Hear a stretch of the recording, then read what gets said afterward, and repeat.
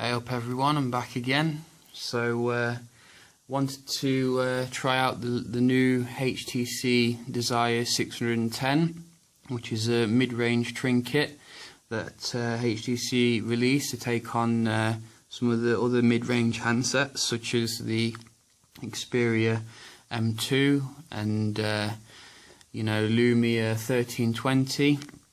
It's obviously not going to have the highest specs, or going to have the specs that its sibling, its big brothers have, such as the HTC M8 or E8, but it does offer a good experience for the price, with pretty much everything you need in regards to Android nowadays. As you can see, the look of the device is very similar to the HTC One M8 with the speakers on the front, although the speakers aren't so big obviously. It does actually say that it comes with boom sound, so I'm expecting good things from the speakers on the front, but the only difference, really big difference, is the materials of the handset, which are nothing like what you find on the HTC One M8 with its very chrome appearance. This is very kind of plasticky, almost like a toy, so certainly not premium feeling by any means, but it does feel very rugged, like the sort of handset that someone who works in a hazardous environment would appreciate. It feels like it could take some major knocks just because of the back, which almost feels like spongy, but other than the cheap feeling of it, it does feel solid. And on the back you will find 8 megapixel camera, which supports autofocus, as well as flash, and films in up to 1080p, which is nice. It also supports HDR and some other stuff as well. You do have the ability to open up this flap on the side, which allows you to expand the storage via a 64 gig micro SD. As well as it does take a nano SIM, which is a bit of a fail there because I don't like nano SIMs, but I guess that's the way handsets are going nowadays, and I can't complain too much. On the bottom you'll find your micro USB charging port and a headphone jack at the top, as well as the power button at the top, which is another bit of a fail in terms of design, because when you're holding quite a big device like this, your natural place to put your thumb would be here for like a power button, or even down here, that most manufacturers are putting the power buttons on the side, but for some reason HTC insists on putting it at the top. I can understand it if it had the IR blaster, if it was integrated into that, but I don't think that this model does support that. So a bit strange of HTC to put it at the top there, but other than that, it is quite a nice big screen. It is, as I said, 4.7 inches, which is bigger than I was expecting. I was expecting something similar to the HTC Desire 500 of about 4.3 or 4.5 inches, but it is nice that HTC have made it quite big, like the original HTC One. When you do turn on the display, you will be greeted by a LCD display, which is quite poor in terms of its resolution. It's 540 by 960 pixels at 234 pixel density. So really I was expecting it to be a little bit better in terms of the quality of the display, which HTC are known for having very good displays in its HTC one M8 and the previous one. Even the HTC Desire 500 I thought had an excellent screen, equally comparable to the Moto G, but I'm not very impressed with the display on this device. I find it to be very washed out in terms of the colours. When you are looking at it in even the slightest bit of sunlight, it tends to really fade, and it's very difficult to make out anything on the screen. The auto brightness doesn't seem to help either. I have actually disabled the auto brightness because it seems to not bump up the screen brightness to the point where you can actually see it. Yeah, I think I've read some reviews on the device, and others have commented on how the screen could be much better for the price that you're paying. It's well below even the Moto G, which is £100 less, and reminds me of the HTC Sensation display of 2011. So not the best display on this device, unfortunately, but when you are looking at it head on, you know, it does the job at the end of the day. It's not absolutely awful to the point where you can't use the device, but just be aware that it's certainly a weak point of the device, which you know, at the end of the day, in 2014, if you can get a fantastic display on a £100 device, then paying £200 odd for this, you do expect a bit more quality there. But when you are doing your web browsing and stuff, you know, text does appear crisp enough. There's no real issues in regards to jaggedness of text or anything. But really, the thing that really lets it down is just the brightness and the legibility when you're in even the slightest bit of daylight. So do be aware of that if you're thinking of purchasing this device. But other than that, the actual specifications are quite familiar to other mid-range or budget handsets. You're rocking a Qualcomm Snapdragon 400 with 1.2 GHz in terms of processing speed, and that's paired with 1 gig of RAM. 1 gig of RAM. In terms of actual performance, that's an area which I think that HTC have done an excellent job of on this device. It feels exceptionally fast and smooth, going in and out of stuff. Even the old, you know, HTC One, which ran a Snapdragon 600, was widely praised for being very fast and efficient. And I think that Sense had quite a bit to do with that, and you'll find that on this device as well, it's the same kind of story. Everything opens up almost instantaneously, and you know, it's very difficult to slow the device down.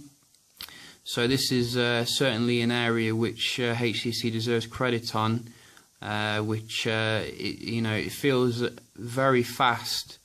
For example, compared to the Xperia M2, which I think was rocking the same type of processor, but I did notice bits of lag in it. Yeah, you're not going to have any performance issues on this device, really. Very well optimized and gets the job done. It does have 8 gigs of internal storage, which is a bit stingy of HTC. For the price that you're paying. I would have liked to have seen at least 16 gigs, but it is saved a bit, I guess, by micro SD, which I think is up to 64 gigs, but it could be up to 128 gigs. There's differing opinions on how much you can put in there. Yeah, you know, performance is decent. Well, performance is good in terms of the actual software optimization, but I think that HTC could have given you a little bit more for the price they are expecting for this, which is about £200. Other than that, the camera, which is, as I said, an 8 megapixel camera.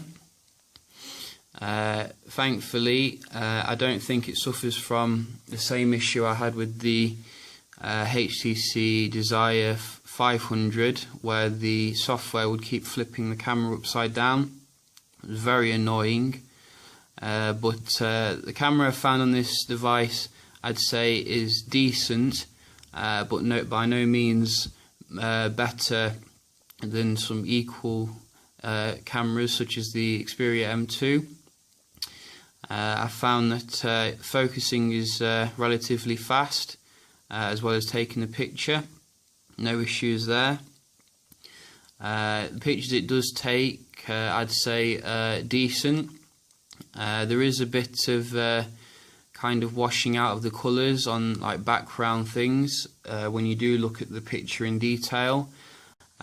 Within the actual settings of the camera app, you do get quite a lot of stuff you can set, such as different scenes.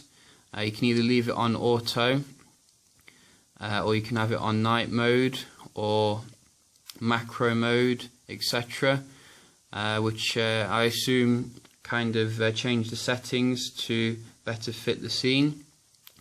But I think most people will be happy just to leave it on auto because it seems to do a decent job. You can also obviously put different effects on as well, like vintage, country, etc., which is nice. I'm not sure if this supports HTC Zoe. I have not been able to see it on the device, so I'm assuming it doesn't. However, it is nice that they've named the front-facing camera selfie, which is quite apt given how popular it is. But yeah, I think that the camera is decent, but you know, as I said, nothing special. I would have expected a little bit more for the price I'm paying for it. In regards to the video recording, again, it's decent. It does seem to let in quite a bit of glare when you're out and about and it's very sunny, but it does seem to autofocus quite quickly, which is nice. And the actual quality of the footage seems to be quite smooth, so no jerkiness or glitchiness. So in regards to those boom sound speakers, I was expecting good things from them because they're on the front and they are labelled boom sound within the settings. So we can give them a test to see how they spit out the music. Let's try that again.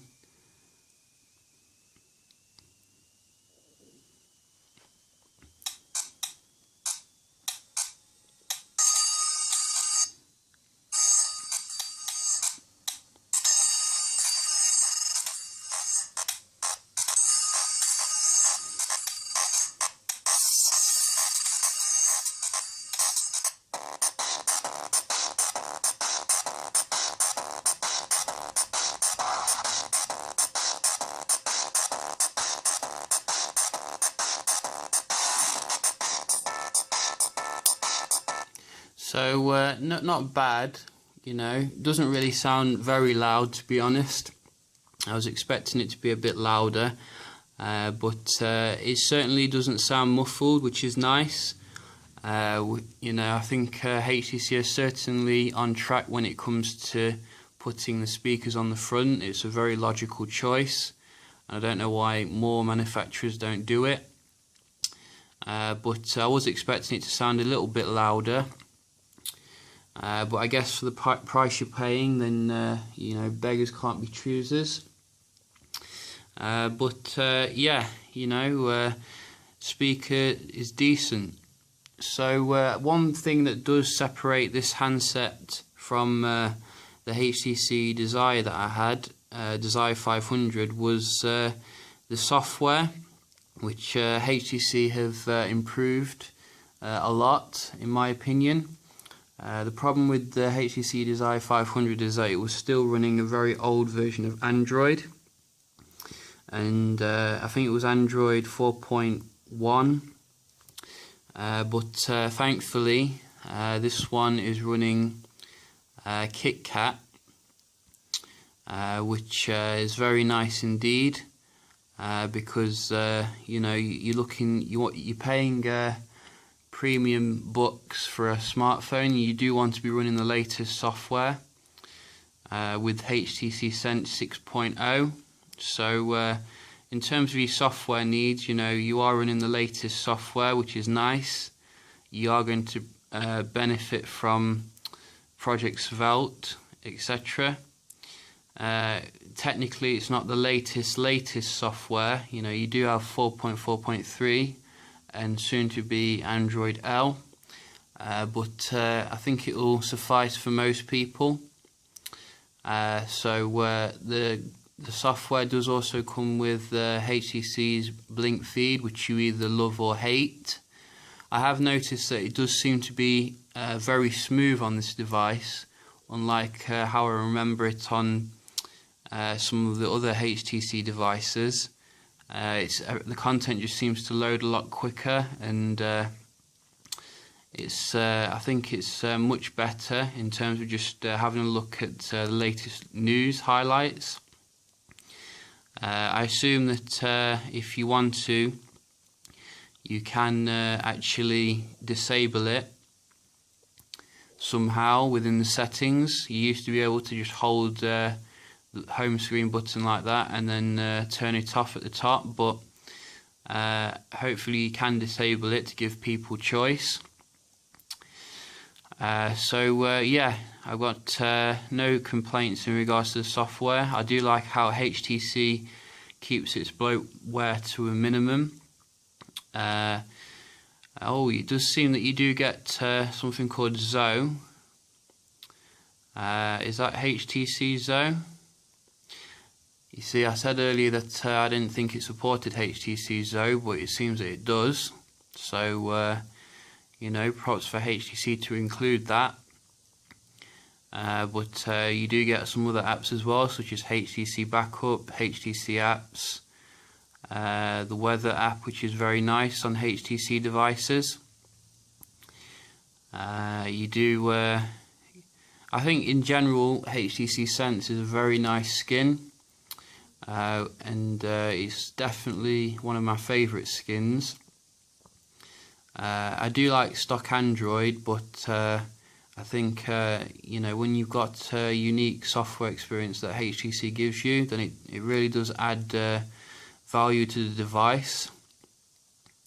However, I do notice the very washed out black colours of the screen, particularly on the app drawer, which relies heavily on like a black background. I don't know how well it translates across on the camera, but you can really see how faded the black is compared to the black border, or the bezel, should I say. That would get on my nerves after a while, because I am someone who does appreciate a nice screen. But other than the screen issues on the device, it is a very solid device, which I would recommend overall. I think that the real key points on the device, such as the performance, the software, as well as the ability to expand the storage, really do make up for the screen, which is quite poor. The battery life is also very decent, and should be able to get you through a day without any bother.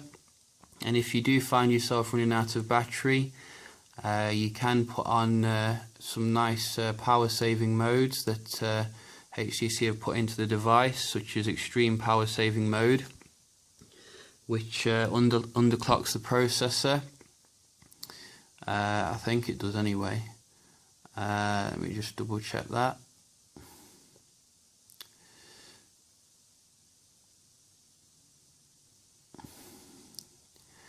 Yep, it underclocks the processor, allows only essential apps to run, and turns off screen brightness and vibration feedback. So probably not as in-depth as the one on the Galaxy S5, which allows you to turn it, into a black and white type of monochrome phone. But in general, the 2000 mAh battery should easily get you through a day with no issues. So in the areas that count, such as the battery, the performance, etc., the phone does a good job. It also does come with 4G, LTE, as well as NFC, Bluetooth, the latest Bluetooth, which is very nice. Apart from the poor screen, the slightly toyish, rubberish type feel of the device, which you will either appreciate or despise, it's something that I can recommend. But what do you think? Do you like it or not? It's up to you. So this has been a quick review of the HTC Desire 610. If you like the video, please like it or subscribe, and I'll see you next time. Cheers.